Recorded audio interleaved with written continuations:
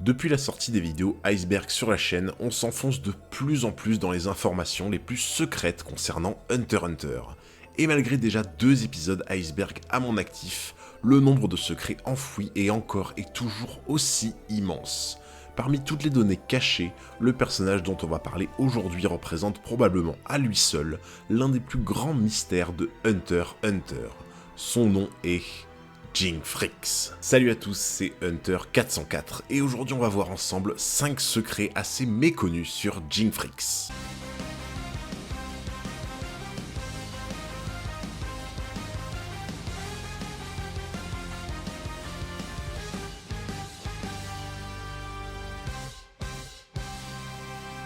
C'est assez surprenant à dire, mais depuis que la chaîne YouTube a vu le jour, il y a environ 1 an, le personnage de Jing-Frix n'a quasiment jamais été abordé de façon sérieuse. On a pourtant commencé à ratisser une bonne partie des personnages au travers d'épisodes comme ceux de la vraie puissance du Nen, des différents combats de Hatsu, ou encore des théories que recèlent les icebergs. Et c'est à ce moment-là que je me suis rendu compte qu'il existe quelque chose d'inexplicable chez le père de Gon. Une chose qui le rend à la fois proche et connu de tous, de la même manière qu'elle lui donne un côté distant et mystérieux. Et c'est pour identifier ce détail aujourd'hui que l'on va balayer des infos assez secrètes autour du personnage de Jing-Frix. Au passage, j'en profite pour vous dire qu'on a réagi l'autre jour au stream Twitch de Kana qui balançait de nouvelles infos sur le futur de Hunter x Hunter. La rediffusion du live est disponible sur la deuxième chaîne Zone 404, donc n'hésitez pas à foncer la voir, je vous afficherai le lien à la fin de la vidéo. Jing-Frix fait partie des Hunters qu'Isaac Netero avait jadis choisi pour élire un nouveau président après sa mort. Ce groupe d'élite appelé Zodiac est composé de personnages très haut placés dans l'association Hunter, et chacun d'entre eux possède un nom de code en corrélation avec un signe du zodiaque chinois. Jing est connu sous le code zodiaque du sanglier, que l'on appelle plus communément le signe du cochon, et le truc assez intéressant, c'est que son animal du zodiaque est plus symbolique qu'il n'y paraît. Selon la légende, l'origine de l'astrologie chinoise remonterait à l'empereur de Jade, le chef des dieux, qui aurait souhaité sélectionner 12 animaux en vue de constituer sa garde rapprochée. Il organisa donc une grande course pour accéder à la porte céleste, l'ordre de passage de cette entrée déterminant le rang de chacun des animaux. Sauf que le jour de la course, le cochon arriva 12e et donc dernier, car il était connu pour être flemmard et distrait, s'arrêtant longuement sur le bord du chemin pour manger ou dormir. Il est également relevé dans la légende que par la suite, le cochon arrivait régulièrement en retard aux réunions de l'empereur de Jade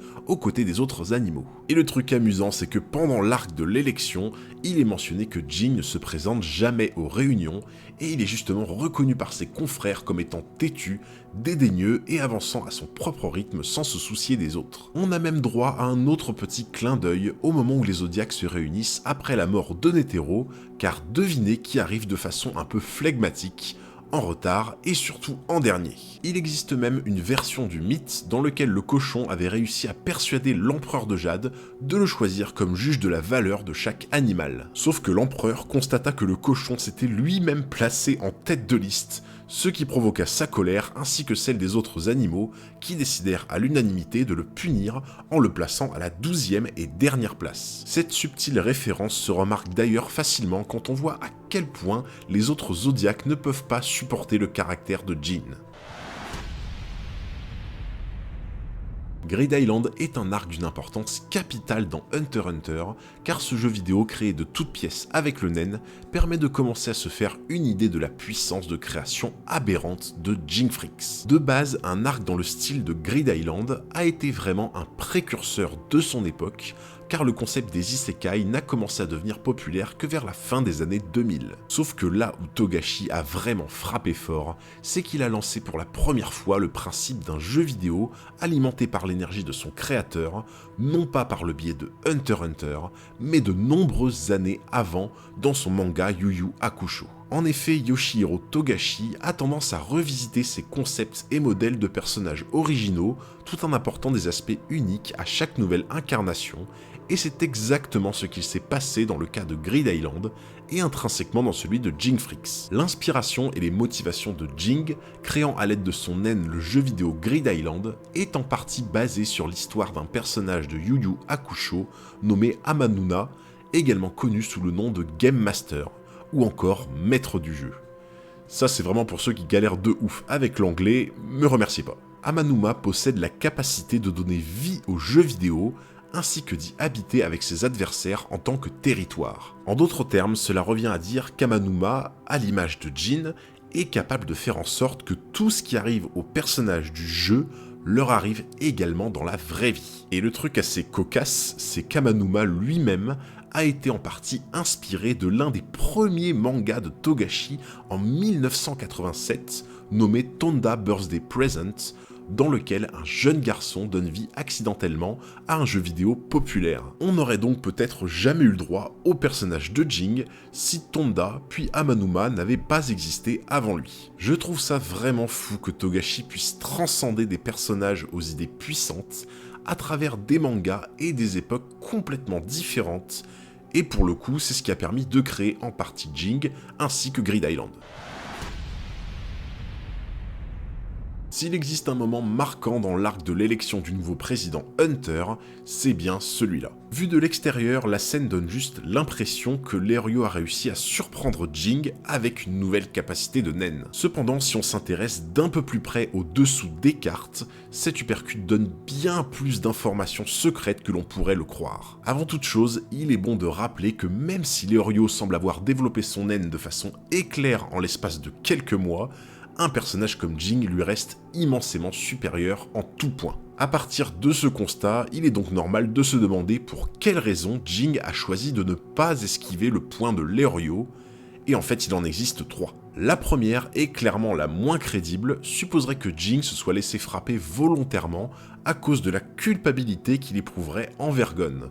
Sauf que, quand on connaît l'animal, on sait très bien que ça ne serait absolument pas son style. La deuxième raison, et c'est clairement la raison vers laquelle l'anime pousse la déduction, serait que Jing ait choisi d'encaisser le coup dans le but que l'élan de compassion de Leorio gagne le cœur de la foule, créant ainsi un rival parfait pour contrer la candidature de Pariston. Et enfin la troisième raison, bien plus secrète et uniquement trouvable dans le manga, supposerait que Jing se soit laissé frapper volontairement, car il aurait senti chez Leorio l'énorme potentiel de ses capacités de Nen et de Hatsu.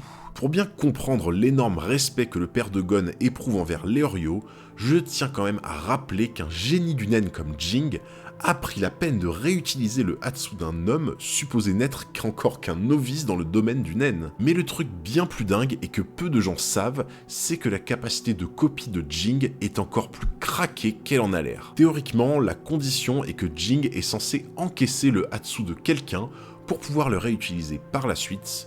Mais dans ce cas-là, comment on peut expliquer le fait que Jing puisse se servir de la technique du sonar de Leorio alors qu'il ne l'a même pas vu à l'œuvre au préalable? Cela pourrait vouloir dire que Jing est en mesure de pouvoir remanier chacune des techniques de Hatsu de son adversaire à l'unique condition qu'il ait encaissé au moins une seule d'entre elles. Si tel est le cas, le potentiel de maîtrise de Nen de Jing est tout simplement terrifiant, une seule attaque adverse lui servant sur un plateau une caisse à outils de Hatsu prête à l'emploi. Il est d'ailleurs important de préciser que l'intérêt de Jing pour les capacités de Leorio n'est pas anodin, surtout quand on voit l'application incroyable du sonar de Nen, qui libère l'aura en ondes pulsées pour détecter d'autres organismes. Vous vous rendez compte qu'on parle quand même d'ultrasons de Nen qui semblent totalement passer au travers des sens de l'adversaire, ce qui revient à dire qu'elles font office de haine, mais sans être détectables. Avant de passer à cette dernière partie, voici une mention honorable à l'information suivante. J'ai été très surpris de constater qu'énormément de personnes sont persuadées que Jing a complètement abandonné Gon quand il était encore bébé. Bien que les compétences parentales de Jing sont clairement controversées, je vous l'accorde, Jing voulait repartir à la base avec son fils après son arrêt temporaire sur l'île de la Baleine, mais c'est Tante Mito qui l'en a empêché et a réussi à obtenir tant bien que mal la garde de Gon. Techniquement, Jing n'a donc pas vraiment abandonné Gon à l'origine, et pour ceux qui ne regardent que l'animé, sachez que Jing et Gon sont restés en contact par téléphone suite à leur rendez-vous au sommet de l'Arbre-Monde. Environ 300 ans avant l'examen Hunter de Gon, un homme a exploré seul les terres du continent caché avant d'écrire dans un journal de bord racontant les péripéties de son voyage. Ce livre, intitulé Récit du voyage vers le Nouveau Monde, est composé de 2 volumes portant respectivement sur la partie Est et la partie Ouest du continent caché. Le problème est qu'à l'heure actuelle, le gouvernement et les services secrets sont en possession de la partie Est, mais la partie Ouest n'a jamais été retrouvée. Jing propose d'ailleurs 3 possibilités. Soit la partie manquante n'a pas été écrite, soit elle n'a pas encore été retrouvée, soit son auteur est toujours vivant et travaille encore à son écriture. Le nom de cet homme qui a entrepris il y a longtemps ce périlleux voyage et que vous connaissez maintenant si bien n'est autre que Don Fricks. Avec un nom de famille aussi peu courant que Fricks, il est plutôt évident que le légendaire Don est lié à Gon et à Jing d'une manière ou d'une autre, bien que leur affiliation exacte soit encore inconnue. Je sais ce que vous allez me dire, Hunter 404, tout ça, on le sait déjà. Effectivement, sauf que le truc qui est encore à l'heure actuelle incompréhensible, c'est de voir le nombre de données que Jing a pu collecter sur Don Fricks, mais surtout sur le contenu de son journal de bord. Attendez, on parle quand même de quelqu'un qui connaît en détail toutes les informations relatives aux calamités, une maîtrise de connaissances si précise que l'on aurait presque l'impression que Jing s'est déjà rendu en personne sur le continent caché. L'hypothèse la plus probable est que Jing a su jouer de ses relations auprès du gouvernement du V5 pour obtenir une copie du livre de Don Fricks, ce qui est déjà un exploit en soi quand on sait à quel point le V5 tente de dissimuler l'existence du continent caché aux yeux du public. Mais vous vous en doutez, beaucoup de personnes suspectent une toute autre hypothèse. Une théorie selon laquelle Jing se serait déjà rendu autrefois sur le continent caché. Cette théorie est probablement l'une des plus longues et des plus mystérieuses de tout Hunter x Hunter, et prendrait au moins 30 minutes à expliquer, c'est pourquoi je préfère en faire une vidéo complète dans le futur. Si je peux vous laisser néanmoins un peu de teasing concernant cette hypothèse, son fondement serait à la base un crossover entre Hunter x Hunter et Yu Yu Hakusho, qui tendrait à montrer que Jing serait en réalité Yusuke Urameshi devenu adulte, et que le monde des ténèbres dans lequel Yusuke plonge pour retrouver son ancêtre Mazoku du nom de Raizen serait en réalité le continent caché dans lequel se terre Don Fricks. Quoi qu'il en soit, si jamais vous voulez vous remettre à neuf sur le continent caché, je vous laisse en lien juste ici mes anciennes vidéos sur les calamités que je vous encourage vivement à revoir tout de suite. C'est la fin de cette vidéo, j'espère grave qu'elle t'a plu. Si c'est le cas, n'hésite pas à partager un gros pouce bleu, un commentaire, mais surtout le plus important, n'oublie pas de t'abonner juste ici pour ne pas manquer les futurs épisodes. Merci beaucoup pour votre force, c'était Hunter 404 et je vous dis à très bientôt pour un nouveau combat.